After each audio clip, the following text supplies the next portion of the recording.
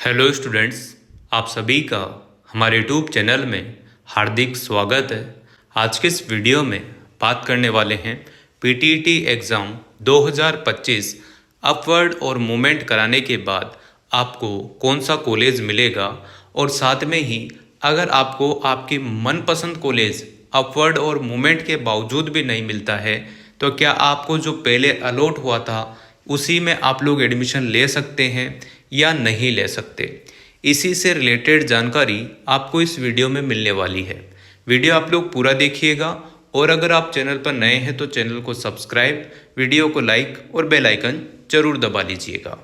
Normal सा doubt सभी के दिमाग में होता है, जैसे ही उन्हें पहली लिस्ट में जो भी कॉलेज अलॉट होता है, जिन्हें फर्स्ट चॉइस का कॉलेज अलॉट हुआ है, उनके अप और मूवमेंट का ऑप्शन ऑन नहीं होगा, वो अप और मूवमेंट नहीं करा सकते हैं। क्लियर ये बात आप लोग ध्यान रखेंगे। और अगर आपको चाहिए कि मैंने जो है गलती से पहली चॉइस गलत भर दी, अब मेरा क्या होगा क्या नहीं होगा, तो आप लोग ऑफलाइन वर्धमान महावीर खुला विश्वविद्यालय जाकर बातचीत कर सकते हैं। अगर कोई सॉल्यूशन निकल जाता है तो बहुत अच्छी बात है, नहीं निकलता है तो फिर आप लोग उसी कॉलेज में एडमिशन लीजिएगा जो आपने पहली चॉइस में भरा था, ठीक है ना। उसके अलावा कोई ऑप्शन नहीं बचता है। या फिर आप लोग बीएड नहीं करना चाहते हैं तो वो अलग अलग आपके मैटर हो सकते हैं। और अगर आपने 22,000 जमा करा दिए हैं तो वो वापस मिलना बहुत मुश्किल काम है। तो अगर आपको बीएड सच में करनी है तो पहला चॉइस जो भी मिली है उसमें आप लोग कर सकते हैं। ये तो बात हो चुकी है उन स्टूडेंट्स की जिनको पहली ही लिस्ट में पहली ही चॉइस मिली है, ठीक है ना।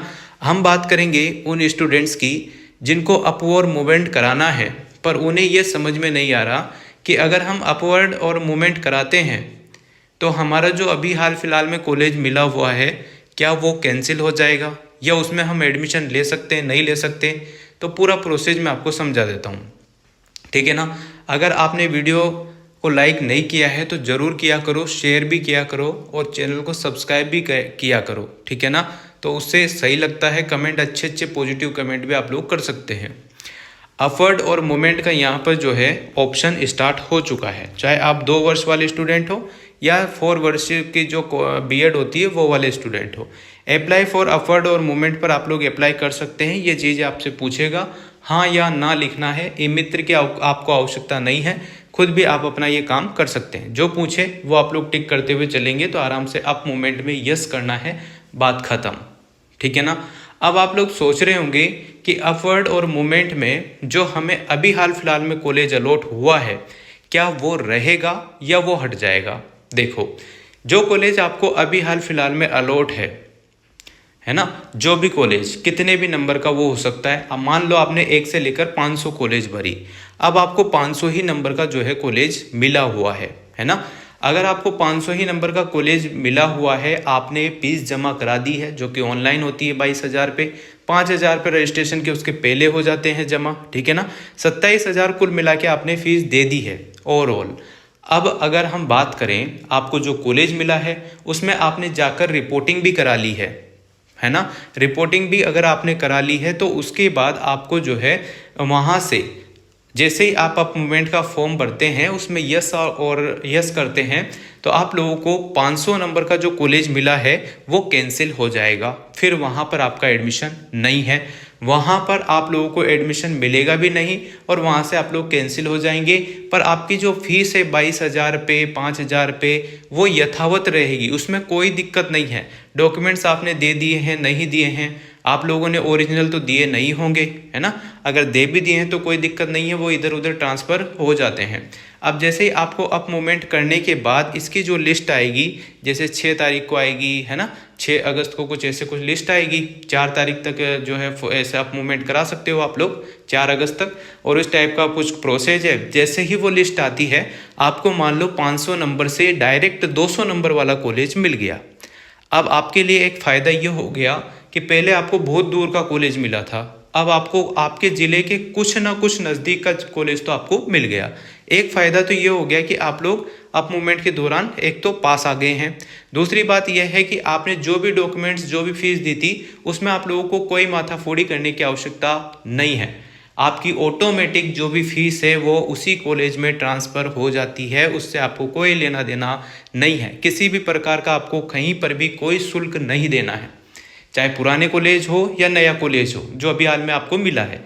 किसी प्रकार का कोई शुल्क नहीं देना है। एडमिशन से संबंधित जो 22,000 और 5,000 पे रजिस्ट्रेशन के हैं वही लगेंगे, उसके अलावा नहीं लगेगा।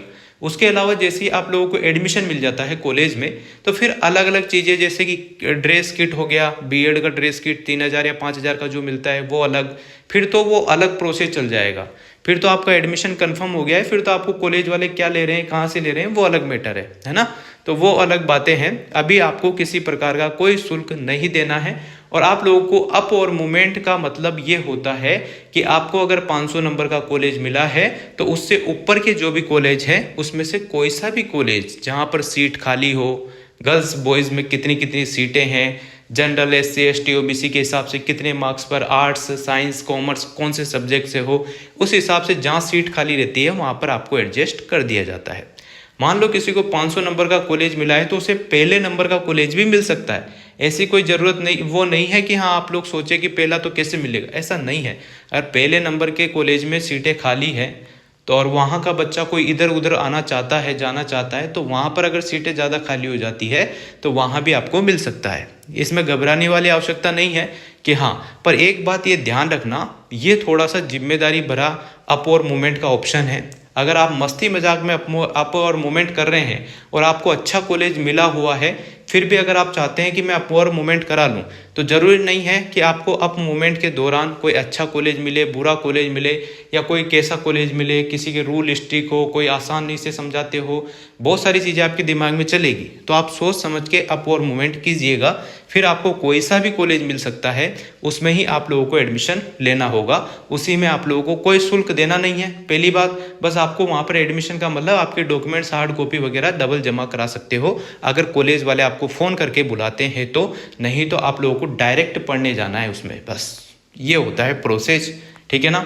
तो यही कुछ रहेगा अप और मूवमेंट में। उस पर आज कोई सा भी कॉलेज मिले आप लोग जो है उसमें एडमिशन ले सकते हैं, मतलब आप लोग उसमें पढ़ने जा सकते हैं। अगर मान लो आपको वो कॉलेज भी पसंद नहीं आया तो क्या उसके बाद भी अप मूवमेंट होगा? देखो, जैसे सेकंड लिस्ट वाले जो बच्चे हैं जो अभी कॉलेज वापस से भरेंगे, फिर वो एडमिशन लेंगे, उनको लिस्ट आएगी, ये है ना।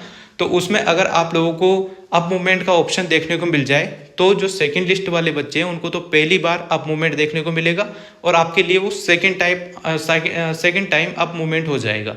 अगर ऐसा होता है तो, हालांकि चांस बहुत कम है, एक ही बार अप मूवमेंट होने की संभावना ज़्यादा है, बाकी सेकंड टाइम अप मूवमेंट हो ऐसा कोई ज़रूरी नहीं है।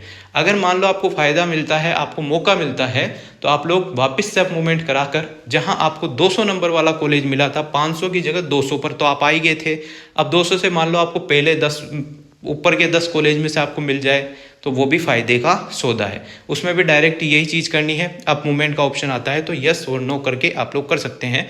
अदरवाइज अगर ऑप्शन नहीं आता है तो ये जो पहली लिस्ट आई है अप मूवमेंट की, इसी के दौरान आपको जो कॉलेज मिले उसमें आप लोग एडमिशन ले सकते हैं। अपना बीएड 2 ईयर वाले स्टूडेंट है तो 2 ईयर का कोर्स करें, 4 ईयर वाले स्टूडेंट है तो 4 ईयर का कोर्स कंटिन्यू कर सकते हैं।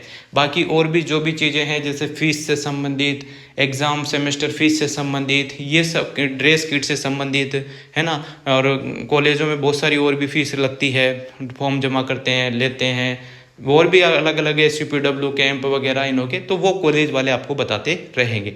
टाइम टू टाइम आप लोग टच में रहेंगे इसी कॉलेज के में, तो वो आप लोगों को बता देंगे। तो इतना ही कुछ इस वीडियो में है कि आप लोगों को जो अभी कॉलेज है वो कैंसिल होकर आप लोगों को जो भी नया कॉलेज अलॉट होगा उसी में आपको फिर कंटिन्यू आपकी पढ़ाई जारी करनी पड़ेगी। और अगर फिर से आप लोगों को अप मूवमेंट एक और बार देखने को मिल जाए तो आपकी इच्छा हो तो आप करा सकते हैं, नई इच्छा हो तो नहीं करा सकते। सीटों के ऊपर डिपेंड करता है कि सीट अगर खाली रहती है तो सेकेंड बार भी आप लोगों को अप और मूवमेंट का जो है अप्लाई करने का मिल सकता है, अदरवाइज नहीं मिलेगा। करेक्शन फॉर्म की भी यहाँ पर निकाली गई है जिसमें आपके नाम, पिता का नाम, माता का नाम, डेट ऑफ बर्थ, इनों में फोटो और साइन में चेंज नहीं होगा। बाकी लगभग सभी चीज़ें आप लोग चेंज करा सकते हैं। 500 रुपये उसका कुछ शुल्क रहेगा। तो इसी प्रकार का कुछ प्रोसेस है। सेकंड लिस्ट इसका पूरा प्रोसेस जो होगा आप मूवमेंट का, इसके आसपास इसके बाद ही वापस से कॉलेज बढ़ने का मौका मिलेगा सेकंड लिस्ट वालों को। Thank you so much. Video अगर आपको अच्छी लगी हो तो like, comment, share and subscribe.